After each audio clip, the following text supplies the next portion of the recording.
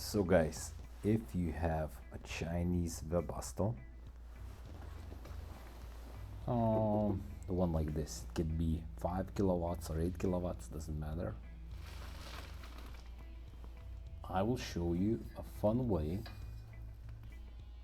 how to make it super efficient by using its exhaust pipe connected through two EGR Coolers from Volkswagen, and I will simply attach the pump and connectors that will go to the radiator. I know that a lot of people just connect it directly to the radiator, but it isn't the best approach, mainly because it restricts the flow of the exhaust gas.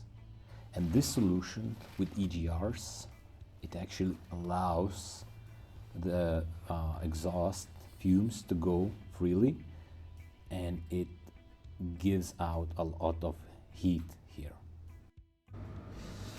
So I already installed the radiator. It was super easy, just two brackets. Now I'm starting to do the piping, and I have this also from Volkswagen, I think, from Volkswagen Audi. This steering pump, hydraulic expansion tank, doesn't matter. So we must install this expansion tank pump. I will do like this, and I will finish up the rest of the piping. Real quickly, I just want to show you what kind of temperatures we get here in these pipes.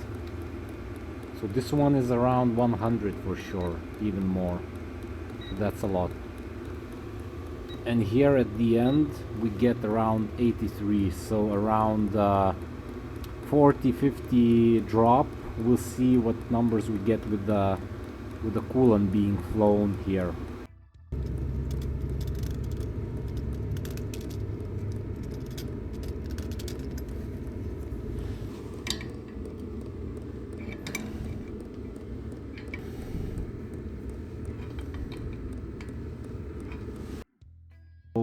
The piping is more or less done.